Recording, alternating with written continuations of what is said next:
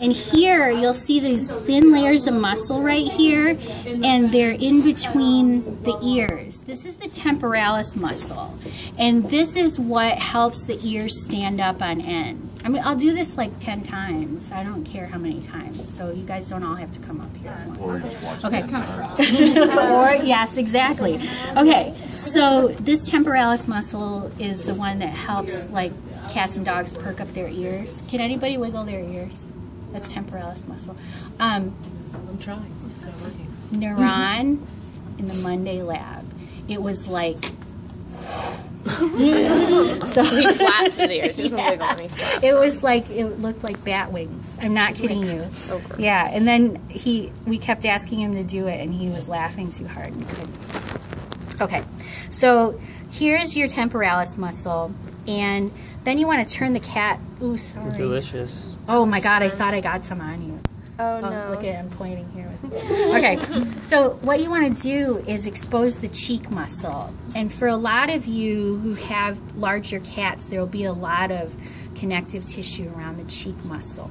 Okay, so you kind of want to peel stuff off using your blunt probe so you don't hurt anything. You want to expose this whole area here. And one of the landmarks that you'll see is the jugular vein. Okay, so the jugular vein comes up here and it splits into an internal branch, an external branch, and a transverse branch right here. Okay, so the reason that we expose that is, first of all, we can see this big cheek muscle here. This is called the masseter muscle. Okay, and then if you notice, there's a white line. It looks like dental floss that's traversing the belly of the masseter muscle, and this is actually a salivary duct, salivary gland duct. And if you kind of dig with your probe into the area where there's this split of your jugular veins, you can dig out these little circular pad things. See these? Okay, there's another one right here. What are those things? Those are salivary glands. Yeah. Okay, and then this whole area under the ear here, okay, if you peel back, there's a whole huge salivary gland. That's the big one, the parotid salivary gland. So you can see it all in here. Okay, so there's little accessory salivary glands, but what you want to pay attention to mainly is this duct here. All right? All right, so then we're going to go toward the underside of the cat here. And again, you're going to have a lot of connective tissue, so be patient in peeling it off, because what you want to reveal are the muscles, but you want to be able to see the demarcations that kind of define them from one another. Okay, so the first thing you're going to notice is that under the chin of the cat there are two muscle straps following the mandible. These muscle straps are called your digastric muscles. Okay, and then between the digastric muscles there are these muscle fibers. You can see them. They run from here to here, so they run across. These are the mylohyoid muscles. Okay, so then the next thing you want to look for is this transverse jugular vein. And you want to be real careful about peeling off the connective tissue here. And what you're going to reveal is a pair of muscles that runs parallel, and it runs from the sternum to this area right underneath the transverse jugular vein. This is the hyoid area. So this muscle, these muscles are called the sternohyoid muscles. Okay, and then a lot of you, this is where your cats were injected, so it's kind of messed up. But there are another pair of muscles. I'm going to dig them out right here. Is that just all connective tissue? Yeah, this is all connective tissue. It's fat and gross stuff. Yeah, there's a lot of fat on our cat as well. All your cats are huge. Must have had like a special on Because nobody wants to obese adopt cats. old cats. I know. Same with old doggies. Okay, so here's one of the muscles. You see it right here, and it's kind of bent and cut up over here. But this muscle runs from the sternum up to the mastoid process of the mandible. It's called the sternomastoid. Okay, so there's a pair in the middle called the sternohyoid, and there are two straps of muscle called the sternomastoid that go up in a V. Oh, my eyes are watering. Okay, so when we look at the chest area, what we're going to be looking for are our pectoral muscles. Okay, so get as much of this fat off as you can, but you have to be really gentle because there's a strip of muscle that runs from just about this abdominal area up to here that's just very delicate. But as we're clearing away this connective tissue, you can kind of see the demarcations between muscle groups. So you see there's a strap here that goes across the chest. Then there's these pairs of triangles right here. There are these straps right here, and then these real thin straps right here that are a little harder to see. Okay, and these bottom straps are the ones that are usually stripped off when you're skinning the cat. So if you don't have them, look on somebody else's because the chances are pretty good that you might have skinned them off. Okay, so the first thing is, okay, I want to dissect these muscles going across the chest, and you can use your scalpel just to run along the line that separates them from the triangular muscles. Okay, these muscles are called your pecto-antebrachialis muscles. Pecto-antebrachialis. Okay, so those are the top pectoral muscles. And if you stick your blunt probe underneath here and kind of separate it from everything else, okay, and you pull on it, it makes the arm go like this. Okay, so this is the pecto-antebrachialis. Now, the next group of muscles I can see is this little triangle. I'm going to do my best to separate these muscles here. Okay, and these are paired muscles, so if you mess up on one side, try the other side. That's the best part about muscles. Okay, so this triangle here, this is your pectoralis major muscle. All right, and then you'll see just posterior to the pectoralis major is a strip of muscle. Okay, and this is the pectoralis minor muscle. Okay, it's not minor because it's smaller, it's minor because it's more posterior. Okay, and then finally, this last strip of muscle right here, I'm going to do my best to clear away this connective tissue so you can see it. Okay, this is your last pectoral muscle here. And it's really thin. You'll notice that it's just a real thin sheet of muscle. Gross, gross, gross. It's touching me.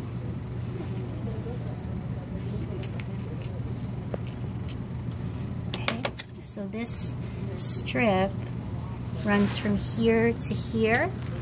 This is the xiphi humerales.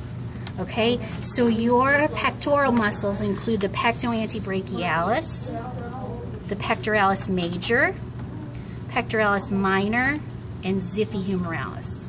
Okay? If we go down to the leg, okay, a lot of you will have a lot of fat right here. If you have a male, just be real careful about dissecting the fat out. I was showing Q earlier that I found the spermatic cord and everything, and you can see that its balls are outside the body, but the spermatic ducts and the vessels that are associated with the testes go through the inguinal canal right here into the body cavity. So just be real careful if you have a male with this area. Don't just cut stuff off. But generally, like this fat, it'll just peel off. Sorry, I had spray. Oh, it's Okay, so just be careful what you cut. If you're weary about it or wary about it, then just don't do it. Okay, so what we want to notice in the leg part is two muscles. Okay, there's this huge muscle sheet right here that forms part of the quadriceps, and then there's this hamstring muscle down here. This is the Sartorius, and this one is the gracilis. Okay, and if we go further down the foreleg and peel this little membrane off, what I want to reveal here is the calf muscle. Okay, this calf muscle right here, connected to the heel by the Achilles tendon right here, this really strong tendon. This is called the gastrocnemius. All right, gastrocnemius, Sartorius, gracilis. All right, now for the hard part, the shoulder muscles. Okay, so what I'm going to look at or show you guys first is the trapezius and deltoid groups. So we're looking at everything from the neck and upper shoulder area to the lower shoulder, upper arm area. So your trapezius muscles are going to be the upper back, upper neck, shoulder area. The deltoid muscles are going to be more on your lower shoulder to your upper arm area. All right, so the first thing you want to do, and this cat is so membranous. I feel so bad because it doesn't. Close up on that. Yeah, there you go. Okay, so there's a huge sheet of muscle that runs from the neck here down to the shoulder. It looks like one continuous sheet, but it's actually two muscles. So it runs from the neck to the shoulder, and then the shoulder to the crook of the arm. This group up here on the neck and shoulder is called your clavotrapezius. Okay? And from the shoulder to the crook of the arm, it's called the clavodeltoid. Now, your book calls it the clavobrachialis, but it calls all the other deltoid muscles, so I learned at clavodeltoid. You can put clavodeltoid, clavobrachialis, whatever you remember best, okay? So clavotrapezius, clavodeltoid.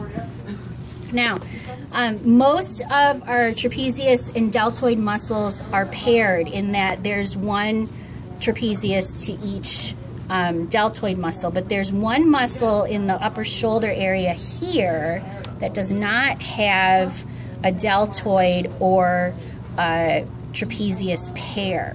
This muscle right here, if you lift up on it, it'll make the cat's shoulder go like this. This is called the Levator, Scapulae, Ventralis. Okay? Clavotrapezius, clavodeltoid, Levator, Scapulae, Ventralis. Now, we're going to move a little bit dorsal and posterior and look at the scapula here. So if you pull the cat's arm into its belly or chest area, you're going to raise up the scapula, and there's a sheet of muscle that's covering the scapula right here. This is the Acromial Trapezius. Acromio. So it is situated atop the acromion, what do you call that? The acromion process of the scapula, I guess. I can't remember. Okay, so Acromial Trapezius is just dorsal and posterior to your Levator, Scapulae, Ventralis. Now, to look for the Acromial Deltoid, what you have to do is look for a couple blood vessels, which aren't injected in this cat, of course. So, but basically what you want to do is look posterior to your clavodeltoid, and you'll see some connective tissue, and it's covering this triangle of muscle right here. Okay? This is your Acromial Deltoid. Okay? Clavotrapezius, clavodeltoid, Acromial Trapezius, Acromial Deltoid. Now next, if you go posterior and even more dorsal, you're going to find a little triangular flap of tissue here.